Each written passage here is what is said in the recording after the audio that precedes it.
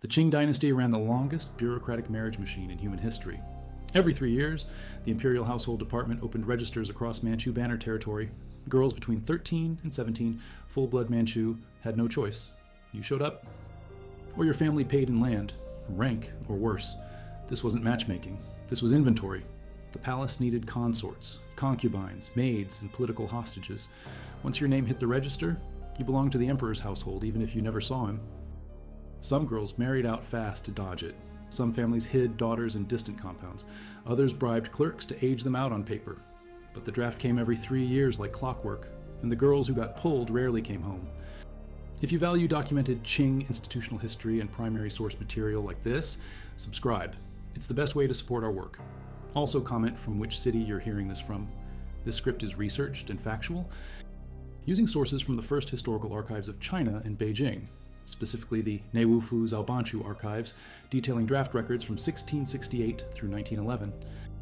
Cross-referenced with banner household registers and palace memoir collections, translated by scholars like Wu Shuping and Evelyn Roski in publications between 2002 and 2018. Now back to the information. 1644. The Qing take Beijing. By 1653, the Shunji Emperor formalizes the system. Every banner company across Manchuria, Mongolia, and the Chinese military banners must report eligible daughters. The household department sends notices 6 months ahead. Age verification happens at the company level, then the district E, then the capital. Girls travel with family chaperones to Beijing or regional staging posts. The first inspection is pure elimination. You stand in a courtyard with maybe 200 others. Eunuchs walk the line. Too short, dismissed. Skin issues, dismissed. Posture wrong, dismissed. Most girls wash out here. But if you pass, you move to the inner selection. Inner selection splits you by rank. Upper 3 banners, bordered yellow, plain white, get priority for consort positions. Lower 5 banners. Supply maids and palace staff. The Empress Dowager or the Emperor's senior consort runs the room. You walk a stone path while they watch from a raised platform. They check your gait, your hands, your neck, your teeth. They ask questions. Your accent matters. Your family service record matters. If your father held rank, you might jump tiers. If he had debt or disgrace, you sink. The selection board keeps scrolls with every name, birth date, and company assignment. Those scrolls survive in the archives. We know the washout rate averaged 70% at inner selection. The journey to Beijing could take weeks depending on where your banner company was stationed. Girls from Mukden traveled 800 miles by cart and horse. Girls from Outer Mongolia traveled even farther, sometimes 2 months on the road. The household department provided travel stipends, but they were minimal. Families had to cover most costs themselves.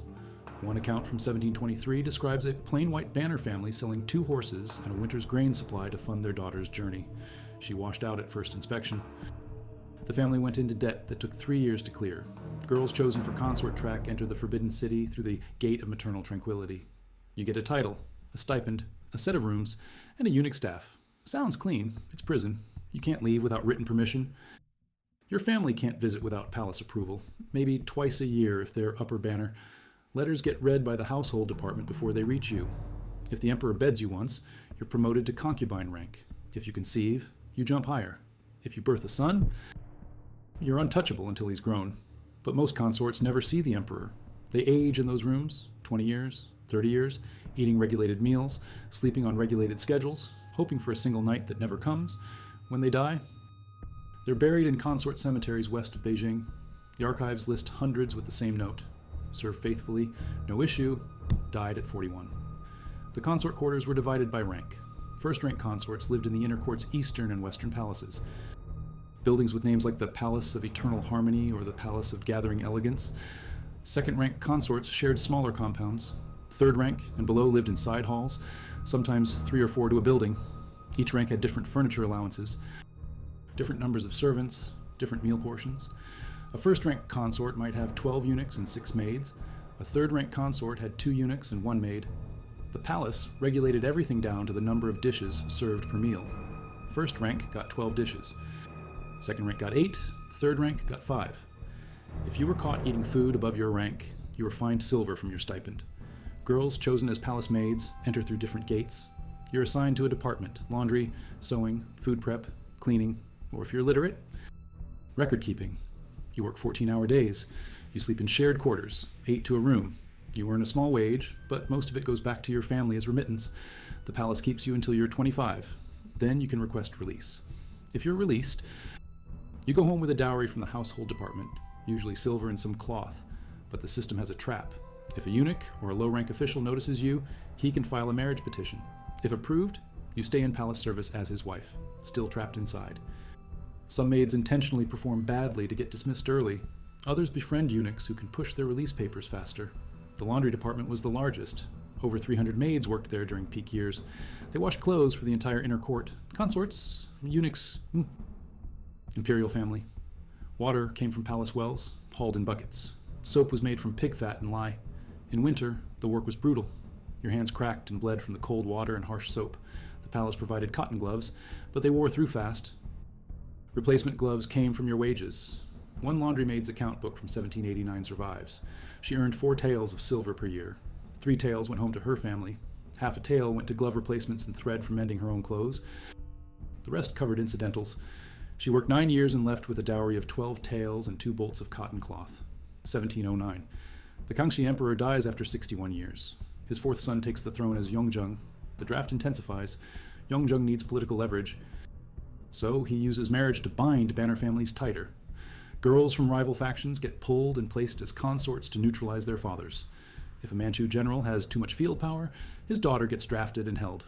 It's hostage diplomacy with silk and tea. The archives show Yongjung-era draft notices spiking to every 2 years instead of 3. Families panic.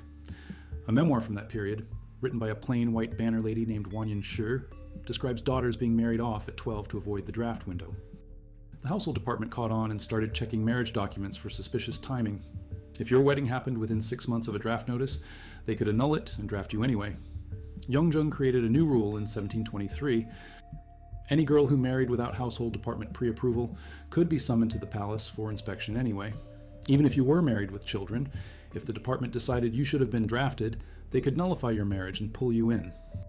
This happened 11 times during Yongjung's reign, but the archives record the women's names, their husbands' names, and the outcomes. 6 were drafted as maids, 3 were sent back after inspection. 2 disappeared from the records entirely, likely deaths during the process or travel. The worst fate wasn't consort or maid, it was transfer. If the emperor wanted to reward a Mongol Khan or a border general, he'd pull a girl from the draft pool and ship her out as a marriage gift. You're 17, you've never left Beijing, and suddenly you're on a cart heading to Outer Mongolia or the Ili Valley. No return, no letters. The archives record these as political marriages, with stipend payments continuing for a few years, then nothing. We found records of 43 such transfers during Yongjung's reign alone. Not one returned. One transfer case stands out. 1726, a girl named Gwalgia Qingwen, plain yellow banner, drafted and selected as a potential consort, beautiful, educated, spoke Manchu and Mongol fluently. Yongjung needs to secure loyalty from a Khalkha Mongol chieftain on the northern border. He offers Qingwen as a bride. She's 17. The chieftain is 49. She's sent north in the 8th month with a dowry of 300 taels, silk, tea, and a small retinue. The household department records show stipend payments to her for 4 years. Then they stop. No death notice, no return. She vanishes from the system. Her family inquired twice through official channels. Both times they were told she was well and should not be disturbed. The family stopped asking. If you value deep institutional research and archival documentation like this, subscribe and comment where you're hearing this from. This is sourced from Qing court records held in Taipei's National Palace Museum, specifically the Grand Council memorial files and the deliberative council case logs, analyzed by historians like Feng Erkang and Ding Yizhuang, who published findings between 1997 and 2015 showing how the draft functioned as a political tool beyond simple marriage. Now back to the story. 1735. Yongjung dies, Qianlong ascends. He's the longest reigning emperor after his grandfather. 60 years on the throne, the draft becomes industrial. Qianlong takes dozens of consorts, more than any emperor before him. The household department expands the registry. Now they're pulling girls from Han Chinese bannerman families too, not just Manchu. This breaks the old ethnic boundary. Han banner families scream. They argue they joined the banners for military service, not to supply concubines. Qianlong doesn't care. The policy stands. By 1745, Han banner girls flood the draft pools. The selection criteria shift.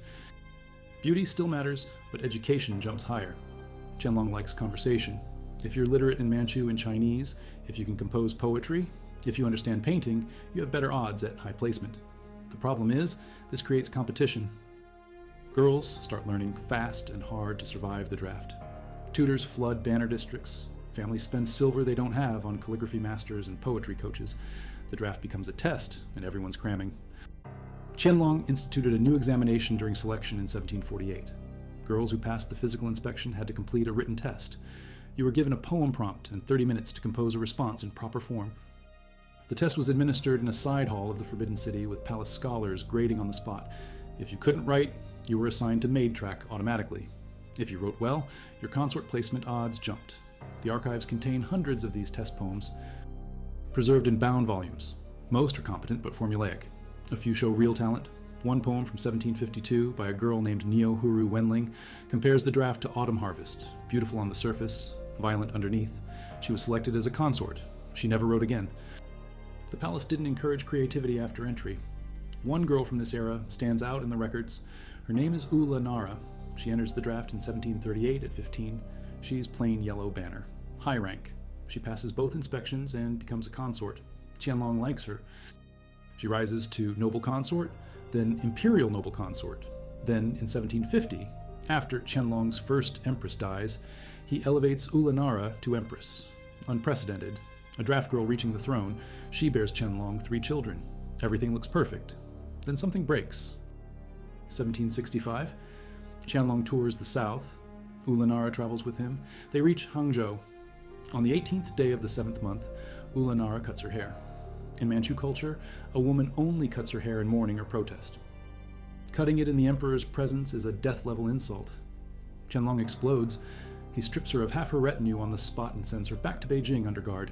He never sleeps with her again. When she dies 2 years later, he refuses her an empress's funeral. She's buried as a low-rank consort. The archives don't explain why she cut her hair. Theories range from jealousy to political protest to mental collapse under palace pressure. We'll never know. But her fall sends a message to every draft girl: you're never safe. The palace recorded the incident in multiple documents. The Grand Council memorials describe the emperor's rage. The household department logistics records show the cost of sending Ulanara back early: extra horses, extra guards, expedited travel. They spent 1,200 taels. Her remaining retinue was reassigned to other consorts within a week. When she died in 1766, her funeral was so minimal that some palace officials didn't know she had died until weeks later. She was buried in the Imperial Concubine Cemetery, not the Empress Cemetery. Her grave marker lists her as Imperial Noble Consort, not Empress. The demotion was retroactive. Qianlong erased her from the highest rank even in death. The palace isn't just walls and protocol, it's surveillance. Eunuchs report everything: your friendships, your complaints, your family letters, your monthly cycle. The household department tracks consorts' periods to know when they're fertile. If you're scheduled to see the emperor and you're menstruating, you're fined and rescheduled. If you're frequently ill and miss too many scheduled nights, you're investigated for faking. The archives contain medical reports on consorts, noting ailments, treatments, and recovery times. Some reports are detailed enough to reconstruct diagnoses. One consort during Qianlong's reign suffered chronic stomach pain, likely an ulcer. The palace physicians gave her opium. She became dependent. When she asked for higher doses, they cut her off. She died within a year. Cause of death listed: weak constitution. The surveillance extended to everything. Eunuchs kept daily logs of each consort's activities. What time you woke, what you ate, who visited you, what you talked about. These logs were submitted weekly to the household department. If your behavior changed, if you ate less, slept more, stopped receiving visitors, it was noted and investigated. The system assumed guilt. If you were sad, you were plotting. If you were happy, you were hiding something. One consort in 1771 was investigated because she laughed too much during a palace banquet. The household department interrogated her maids. They found nothing. She was cleared but demoted one rank anyway for creating suspicion. Maids had it worse in some ways. You're invisible. No one tracks you unless you cause problems. If you get pregnant by a eunuch, yes, some eunuchs weren't fully castrated, you're expelled. No dowry, no support. If you're caught stealing, even a single bolt of cloth, you're beaten and expelled. If you talk back to a senior consort, you're reassigned to the worst jobs: cleaning latrines or hauling coal in winter. The palace kept punishment logs. They survive. Beatings with bamboo rods. Usually 20 strokes for minor offenses, 50 for major. Some maids didn't survive 50 strokes. The logs note deaths matter-of-factly. Name, offense, punishment, death, body released to family. One punishment log entry from 1759 describes a maid named Heseri Ayan who stole 3 ounces of tea from the imperial pantry. She was caught because she tried to sell it to a vegetable vendor outside the palace walls. The vendor reported her. She received 30 strokes and was expelled without her dowry. The log notes she could barely walk when she left. Her family refused to take her back because the expulsion brought shame. The palace recorded her leaving Beijing on foot toward the southern provinces. No follow-up. 1796. Qianlong abdicates to his son, the Jia Qing emperor, but retains power as retired emperor. The draft continues. Jia Qing's draft pools are smaller because banner populations are aging, and some families successfully hide daughters by falsifying records. The household department tries crackdowns.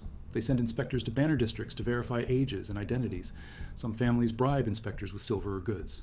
Others move daughters to Han, relatives outside banner jurisdiction. One case from 1802 shows a family in Mukden who dressed their daughter as a boy for 3 years to skip 2 draft cycles. They were caught when a neighbor reported them. The father lost his rank. The girl was drafted anyway and assigned as a maid. She died in palace service at 23. The archives don't say how. The inspection crackdowns became brutal.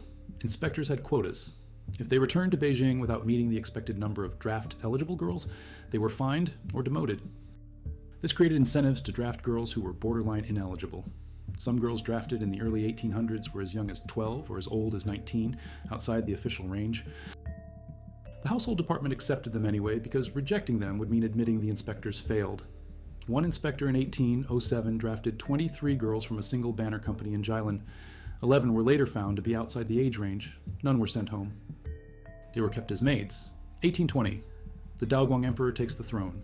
The Qing are declining. Revenue drops. The palace cuts costs. Draft stipends shrink. Consorts get less, maids get less, but the draft doesn't stop. Daoguang still needs political marriages. He still needs maids. The selection process gets meaner. With less money, the palace wants maximum value. Girls who pass selection are worked harder. Maids, shifts stretch to 16 hours. Consorts are pressured to produce sons faster. The birth rate among consorts spikes. But so does maternal mortality. Palace medical records from this period show infections, hemorrhages, and complications rising. The physicians are good, but conditions are bad. Overcrowding, poor ventilation, shared quarters spreading disease. Daoguang's court physician records from 1825 through 1835 show a 30% increase in consort deaths during or shortly after childbirth compared to Qianlong's era. The records attribute most deaths to fever, likely puerperal infections. The palace had skilled physicians trained in traditional Chinese and Manchu medicine, but they had no concept of antiseptic practice. Instruments were cleaned with boiling water at best. Shared birthing rooms meant infections spread easily. One outbreak in 1829 killed 3 consorts and 5 maids within 2 weeks. The palace quarantined the affected wing, but didn't change medical procedures. One draft girl from this era left a diary. Her name is Tatara Chungshu, plain blue banner. Drafted in 1828 at 16, she becomes a maid in the sewing department. Her diary survives because she hid it inside a pillar lining during renovations, and it was found in 1999 during restoration work. She writes in simple Manchu and Chinese. Her entries are short, daily logs. Most are mundane. Woke, worked, ate, slept, but some are raw. She describes the cold in winter, how the charcoal rations aren't enough and maids huddle together at night. She describes the fear when a senior consort dies suddenly and everyone's interrogated because palace officials suspect poison. She describes watching another maid get beaten for breaking a dish, and the girl's back split open, and how they had to keep working while she bled. Tatara Chungshui was released in 1837. She went home, married, had 2 children. She never wrote about the palace again. Her diary contains a chilling entry from the first month of 1832. A maid in her dormitory, a girl named Sakta Ling, stopped eating. She just refused food. The other maids tried to force her, but she clamped her mouth shut. After 5 days, she was too weak to work. The eunuch supervisor reported her. Palace physicians examined her and found no illness. They concluded she was being disobedient. She was beaten. 10 strokes to motivate her to eat. She still refused. After 2 more days, she died. The diary entry ends with 4 words. We washed her body. 1850. The Jianfeng Emperor inherits a crumbling empire. The Taiping Rebellion erupts. The Qing are fighting for survival. The draft shrinks but doesn't stop. Xianfeng takes fewer consorts, but he takes one who changes everything. Her name is Yehe Nara. She's drafted in 1852 at 16. She's plain blue banner, lower status, but she's smart. She learns palace politics fast. Xianfeng beds her once. She conceives. She births a son in 1856, the only son Xianfeng ever has. When Xianfeng dies in 1861, her son becomes the Tongji Emperor, and she becomes Empress Dowager Cixi. Cixi's rise wasn't smooth. After Xianfeng died, the Regency Council tried to sideline her. She allied with Xianfeng's senior widow, Empress Dowager Xuan, and with Prince Gong, Xianfeng's brother. Together, they staged a coup. 8 regents were arrested. 3 were executed. The rest were exiled. Cixi and Xuan became co-regents, but Cixi was the one who made decisions. She controlled access to the child emperor. She read every memorial, made every appointment. From 1861 until her death in 1908, Cixi ran the Qing state, and she'd started as a draft girl with no status. Cixi controls China for 47 years. She rises from draft girl to the most powerful woman in Chinese history. But she doesn't dismantle the draft. She uses it. She pulls girls from rival families and places them as low-rank consorts to humiliate their fathers. She keeps the system because the system gave her power. The irony is sharp. A woman who suffered the draft preserves it to dominate others. 1875, Tongji dies. Cixi's nephew becomes the Guangxu Emperor. The draft continues under Cixi's control. She personally oversees selections now. She's harsher than the men. She demands perfection. Girls are dismissed for the smallest flaws. One girl is cut because her voice is too high-pitched. Another because her hands are too large. The washout rate hits 80%. But Cixi also changes one thing. She allows dismissed girls to return home immediately instead of holding them in limbo. It's a small mercy, but it's something. Cixi instituted a new protocol in 1889. Any girl who passed the first inspection, but washed out at inner selection, received a certificate from the household department stating she had been examined and found unsuitable through no fault of her own. This certificate protected families from shame. Before this, washing out carried a stigma. Maybe your daughter had a hidden defect. Maybe your family had bad blood. The certificate formalized rejection as bureaucratic rather than personal. It's a minor change, but it mattered. Families with certificates could marry their daughters off normally. Without it, they faced suspicion and reduced bride prices. 1908. Cixi dies. The Xuantong Emperor, a child, takes the throne. The draft happens one more time. In 1909. It's the last. The Qing are collapsing. Revolutionary sentiment is everywhere. The draft pulls fewer than 50 girls. Most are placed as maids because there's no money for consort stipends. When the Qing fall in 1912, these girls are released. Some go home, some stay in Beijing, working as servants in the houses of former banner families. Some disappear into the chaos of the early republic. The 1909 draft was chaos. The household department sent notices, but many banner companies didn't respond. Communication networks were breaking down. Regional officials were defecting or fleeing. Some families received draft notices after the selection date had already passed. Of the girls who did show up, many were clearly outside the age range, some as young as 10, some over 20, but were accepted anyway because the palace needed bodies. The selection process was rushed. First inspection took 1 day instead of 3. Inner selection was skipped entirely for most girls. They were just assigned to departments based on a quick interview. No written tests, no family background checks. The total count is brutal. From 1653 to 1909, the draft pulled approximately 20,000 girls. Most served as maids. A few hundred became consorts. Maybe 20 reached high rank. The archives list their names, their companies, their ages. They're not just statistics. They're people who had no choice.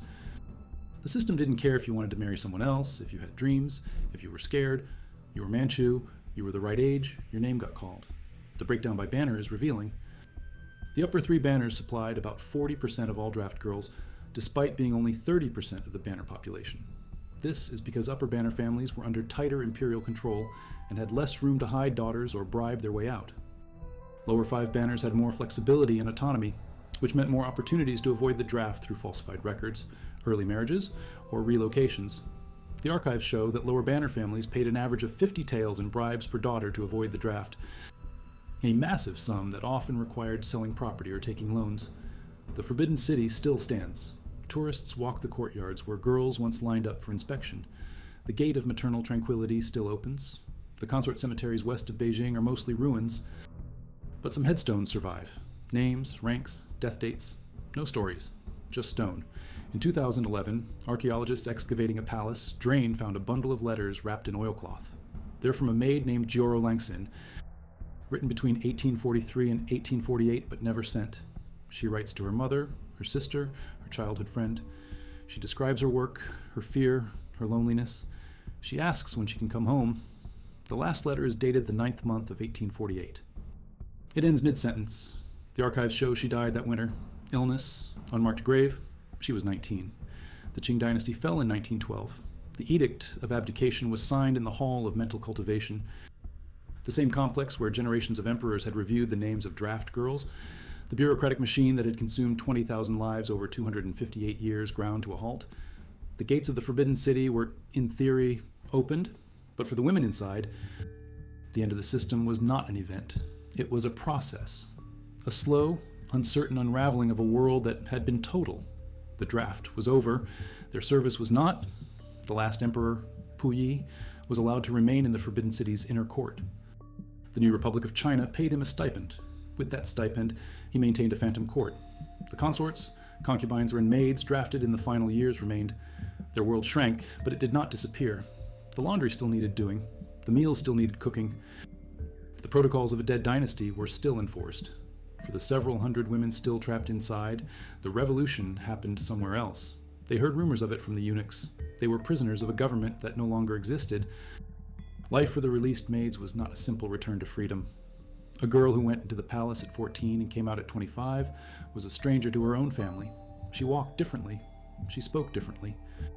She held herself with a rigid stillness learned from years of constant scrutiny. She was institutionalized. A memoir from a plain red banner family, discovered in the 1990s, describes the return of their daughter, Xuan, in 1913.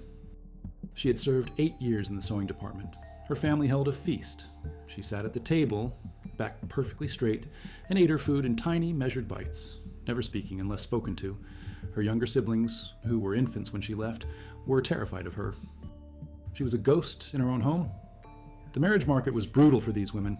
They were considered used goods. They were in their mid-20s, past the prime marriageable age. Rumors flew about what happened inside the palace. Was she pure? Had she been touched by a eunuch? Or an official student, or even the emperor? She had no dowry to speak of, only the small severance paid by a defunct household department. Xuan's family tried to arrange a marriage for her with a local merchant's son. The merchant refused. His family wanted a young, pliable girl, not a 26-year-old who had spent her youth serving empresses. The memoir notes that Xuan spent most of her days in her room, sewing in silence. She never married. She died at 43 of what the family called a lingering sadness. Her experience was the norm, not the exception. The palace released their bodies, but it kept their lives. If you find this level of social history, pieced together from family records and post-dynastic interviews, essential to understanding the past, subscribe to support our work. Comment with the name of your home state or province. This script is researched and factual, referencing materials from the Beijing Municipal Archives, specifically the post-1912 citizen integration files, cross-referenced with oral histories collected by the scholar Zhang Dexiang and published between 1985 and 2003. Now, back to the story. Inside the walls, resistance had always been a quiet, desperate art. For every girl who washed out or married early, hundreds more were trapped. Their defiance was not open rebellion, it was sabotage on a microscopic scale. A maid in the Imperial kitchens might miscalculate the salt in a dish for a particularly cruel eunuch supervisor. A seamstress might use a weaker thread on the hem of a consort's robe. Ensuring it would fray and cause embarrassment, these acts were dangerous. If caught, the punishment was immediate and severe, but they were a way to reclaim a sliver of agency in a system designed to strip it away entirely. The most sophisticated resistance came from the literate maids assigned to record keeping. They had access to information. They knew which eunuchs were in favor, which consorts were being watched, which families were petitioning the court. A record keeper named Hesri Minjun, who served from 1891 to 1900, developed a system of communication. She would make tiny, almost invisible marks in the margins of the household supply ledgers. A dot next to the charcoal entry for a certain consort's quarters meant the eunuch supervisor there was abusive and should be avoided. A small circle next to a delivery of herbs meant a physician was treating a consort for a serious illness. These marks were a secret language. A map of the dangers and opportunities within the palace. The ledgers survive in the first historical archives. The marks are still there. No one noticed them until a historian in 2008, comparing ledgers from different years, saw the pattern. Hessary Minjun ran a covert intelligence network under the noses of her masters for 9 years. She was released in 1900, her secrets intact. The relationship between the maids and the eunuchs was more complex than simple oppression. They were two classes of prisoners, bound by the same walls and the same rules. While many eunuchs were cruel taskmasters, others formed alliances with the maids. A eunuch in the supply department could sneak extra charcoal to a maid's dormitory in winter. A maid in the kitchens could provide a favored eunuch with better food. These were symbiotic relationships built for survival. Some eunuchs, who had been castrated late in life or incompletely, formed sexual relationships with the maids. These were the most dangerous alliances of all. Pregnancy meant automatic expulsion for the maid, gabe, often followed by a quiet execution for the eunuch. Yet, palace medical records list at least 17 cases of maids being expelled for immorality between 1870 and 1900. Each case represents a desperate gamble for human connection in a dehumanizing world. The draft's economic impact rippled far beyond the families who paid bribes or sold horses. It created a shadow economy in the Banner territories. Tutors who specialized in the kind of formulaic poetry Qianlong favored could charge exorbitant fees. Calligraphy masters became wealthy, teaching girls how to write a hand that would please the palace examiners. An entire industry of consultants emerged. Former low-level clerks or eunuchs who would advise families on how to navigate the system, which officials to bribe, what gifts to give, how to answer the selection questions. These services were not cheap. A family might spend 100 toils of silver on tutors and consultants just for a chance their daughter might place as a high-rank consort. If she washed out, the money was gone. The draft was a tax on hope. And it impoverished thousands. The physical and mental toll on the women was immense. The palace physicians were skilled, but their knowledge was limited. They could set bones, prescribe herbal remedies for coughs and fevers, and assist in childbirth. But they had no defense against infectious diseases like tuberculosis or smallpox, which swept through the crowded dormitories. The medical logs are a litany of ailments: lung sickness, stomach complaints, persistent headaches, menstrual irregularities. The physicians treated the symptoms, but they couldn't cure the cause, which was often chronic stress, malnutrition, and exhaustion. A condition appears repeatedly in the physicians' notes, particularly for consorts, yuzheng, or melancholy stagnation. The symptoms described are a classic match for clinical depression: loss of appetite, sleeplessness, listlessness, fits of weeping. The standard treatment was a calming herbal soup and instructions to get more rest. It rarely worked. The archives record the case of a consort named Borjigit Alun, drafted during the Daoguang reign. She was beautiful, literate, and favored by the emperor. But after 3 years in the palace, she developed yuzheng. She stopped eating. She refused to leave her rooms. The physicians diagnosed a QI imbalance and prescribed acupuncture. She wasted away and died at 19. Her official cause of death was listed as spleen deficiency. Her real killer was the gilded cage she could not escape. If you value this deep dive into the human cost of historical systems, consider subscribing. It's the best way to ensure we can continue this archival work. Also, let us know in the comments which historical period you'd like to see covered next. This research is based on the Imperial Palace Medical Archives, held at the Palace Museum in Beijing, analyzed by scholars like Angela Ki-Che-Lung and Charlotte Firth in publications between 1999 and 2017. Now, a final look at the end. The story of the last empress and her consort is the draft system's final, tragic chapter. In 1922, the boy emperor Puyi, now 16 years old, needed to marry. The old draft system was gone, but the tradition remained. His advisors presented him with photographs of eligible daughters from high-ranking Manchu families. He chose 2. The first, Gobala Wenrong, became empress. The second, Erdet Wengxiu, became consort. They were not drafted by the state, but they were products of the same logic. Girls chosen for political and social convenience. Their lives forfeit to the needs of the throne. They entered a forbidden city that was a museum by day and a prison by night. Their lives were a hollow performance of imperial ritual. In 1924, a warlord expelled Puyi and his court from the Forbidden City. They fled to Tianjin, living in a Western-style concession. The pressure broke the women. Wanrong began smoking opium, a habit that would consume her. Wengxiu, the consort, did something unprecedented. In 1931, she hired a lawyer and sued Puyi for divorce. It was a national scandal. A consort divorcing an emperor, even a deposed one, was unthinkable. But she won. She was granted her freedom and a payment of 55,000 silver dollars. She left Puyi, worked as a schoolteacher, and lived a quiet, anonymous life until her death in 1953. She was the only woman in Qing history to successfully escape her role. Wanrong's fate was darker. She followed Puyi to Manchuria when the Japanese installed him as the puppet Emperor of Manchukuo in 1934. Her opium addiction deepened. She had an affair with one of Puyi's aides and gave birth to a daughter. Puyi, enraged, had the infant killed immediately after birth. Wanrong was placed under permanent house arrest, her mind and body deteriorating. When the Soviet army invaded Manchuria in 1945, she was captured.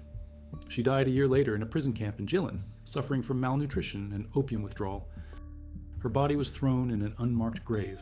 She was the last empress of China, a draft girl by another name. The system is gone. The scrolls with the names of the chosen are preserved in archives. They are brittle, their ink faded, but the names are still legible. Gwalgia Qingwen, sent to Mongolia, never heard from again. Hezuri Ayen, beaten and expelled for stealing tea.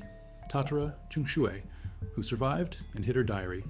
Jor Langsin, whose last letter ended mid-sentence. They are not statistics. They were daughters, sisters, and friends who were fed into a machine of imperial power. The machine ran for 2.5 centuries. Its legacy is the silence in the records where the rest of their stories should be. The Forbidden City is a tourist attraction now. The stones they walked are worn smooth by millions of feet. The stones don't remember, but the archives do.